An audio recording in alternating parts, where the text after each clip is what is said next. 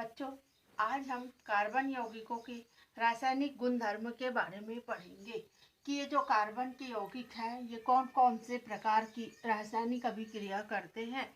तो सबसे पहली अभिक्रिया हम देखेंगे कि दहन। दहन से तात्पर्य क्या होता है? दहन का मतलब होता है किसी भी वस्तु को क्या करना, जलाना। तो जब हम कार्बन के यौगिक हैं अगर वो, तो उसमें कार्बन अनिवार्य रूप से होगा। तो जब भी किसी कार्बनिक यौगिकों को क्या किया जाता है, दहन किया जाता है। और आपको मालूम है कि दहन के लिए क्या आवश्यक है? ऑक्सीजन। बिना ऑक्सीजन के दहन संभव नहीं है। तो किसी भी कार्बनिक यौगिकों का जब भी दहन होता है तो कार्बनिक यौगिक में कार्बन जरूर मौजूद होता है और दहन होता है तो ऑक्सीजन से क्रिया होती है और इस प्रकार CO2 जरूर बनता है, कार्बन डाइऑक्साइड। और प्लस ये गैस बनने के साथ साथ यहाँ अत्यधिक मात्रा में क्या निकलती है बेटा? ऊष्मा निकलती है।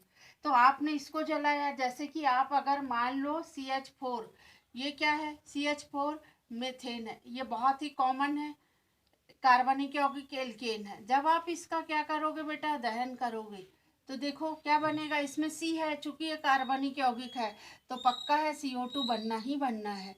और इसमें हाइड्रोजन भी है, तो हाइड्रोजन है तो जल अवश्य बनेगा। और प्लस अगर ये कार्बनिक यौगिक का दहन हो रहा है तो आपको ऊष्मा जरूर मिलेगी। तो ये बात आपको बिल्कुल अच्छे से याद रखना है। अब देखो क्या समीकरण संतुलित है। यहाँ पर कार्बन 1 है, यहाँ कार्बन 1 है, यहाँ पर ऑक्सीजन 2 है, लेकिन यहाँ ऑक्सीजन 2 और 1 3 है। और हाइड्रोजन भी बैलेंस नहीं है, यहाँ 4 है और यहाँ 2 है, तो हम यहाँ पर 2 लगा देंगे। तो 2 दूनी 4, हाइड्रोजन 4 हो गए। और ऑक्सीजन कितने हो गए बेटा? यहाँ 2 और यहाँ 2, 4, तो हम यहाँ 2 लगा देंगे। इस प्रकार आप देखिए कि ये मीथेन का दहन हो रहा है। आप अपने घर में LPG जलाते हैं, ब्यूटेन, उसका भी दहन होता है तो CO2 और H2O बनता है और अत्यधिक मात्रा में ऊष्मा उत्पन्न होती है। तो किसी भी कार्बनिक यौगिक का दहन होता है तो कार्बन डाइऑक्साइड बनता है, जल बनता है और अत्यधिक मात्रा में ऊष्मा उत्पन्न होती है। अब हम देखते हैं कि ये जो दहन होता है, जैसा कि मैंने आपको बताया कि ये मीथेन है, तो मीथेन क्या है बेटा? मीथेन जो है वो एल्केन है। तो जब कभी भी एल्केन का दहन होता है तो आपने देखा होगा आपके घर में LPG जलती है ना, लिक्विड पेट्रोलियम गैस, तो नीली ज्वाला होती है। तो इसका मतलब जब गैस आपकी नीली ज्वाला से जल रही है तो दहन क्या हो रहा है? पूर्ण हो रहा है।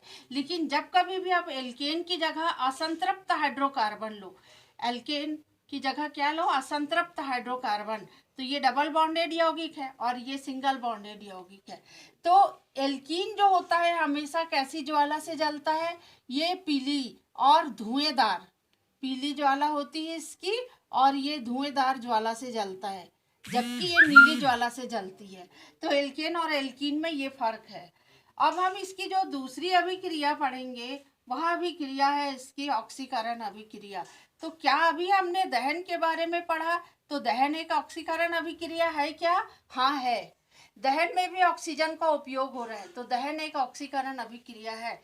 देखो यहाँ पर केवल ऑक्सीजन है, पर कभी कभी ऐसा होता है कि कुछ ऐसे पदार्थ होते हैं, जैसे हमारे पास है CH3 CH2OH, ये क्या है बेटा? अल्कोहल।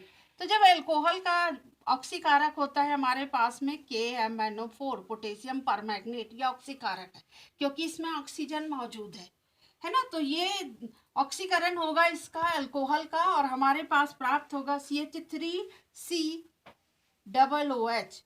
तो अल्कोहल जो है आपका ऑक्सीकरण प्रक्रिया के द्वारा, अल्कोहल जो है आपका ऑक्सीकरण प्रक्रिया के द्वारा कन्वर्ट हो जाएगा किसमें?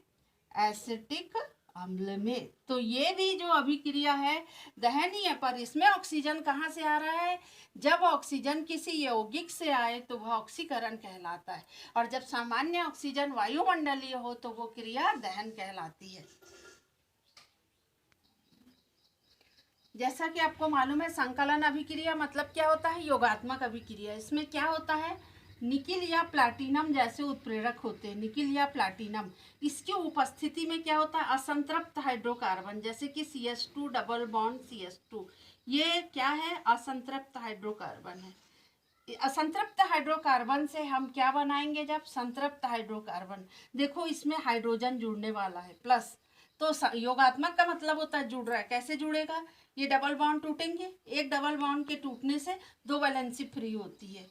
तो एक डबल बॉन्ड जब टूटेगा और ये दो वैलेंसी फ्री हो जाएगी, यहाँ से एक यहाँ और एक यहाँ, तो ये जो दो एच है एक यहाँ आ जाएगा और एक यहाँ। तो इस प्रकार आपको क्या सूत्र मिलेगा? आपको सूत्र मिलेगा CH3 सिंगल बॉन्ड CH3। तो ये जो बना वो क्या बन गया? एल्केन। और एल्केन क्या है? संतृप्त हाइड्रोकार्बन। तो आप बोलोगे कि उत्प्रेरक की उपस्थिति में असंतृप्त हाइड्रोकार्बन का संतृप्त में बदलना कौन सी अभिक्रिया कहलाती है? संकलन या योगात्मक अभिक्रिया कहलाती है। अब हम प्रतिस्थापन अभिक्रिया पढ़ेंगे। जैसा कि नाम से ही पता है आपको, प्रतिस्थापन यानी एक की जगह दूसरा। जैसे आप उदाहरण देखिए, मीथेन है, जब इसकी क्रिया आप क्लोरीन से कराते हैं, और मीथेन हम किस प्रकार से बनाते हैं? देखो इस प्रकार से 4 H होते हैं उसमें। अब हम इसका, और ये जो प्लस 2 Cl होता है, अब हम क्या करेंगे? इसका एक H को बाहर निकाल देंगे और उसमें एक Cl उसकी जगह डाल देंगे।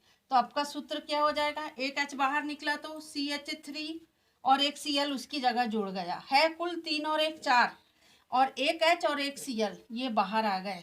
तो हमने क्या देखा कि एक H की जगह एक Cl आ गया। यह अभिक्रिया प्रतिस्थापन अभिक्रिया कहलाती मीथेन। और यहाँ पर जो जरूरी है वह है सूर्य का प्रकाश। तो सूर्य के प्रकाश की उपस्थिति में एल्केन अर्थात मीथेन में से एक हाइड्रोजन का निकलना और उसकी जगह हैलोजन या किसी अन्य का आना, जुड़ना, ये प्रतिस्थापन अभिक्रिया कहलाती है, जो एल्केन की मुख्य विशेषता है।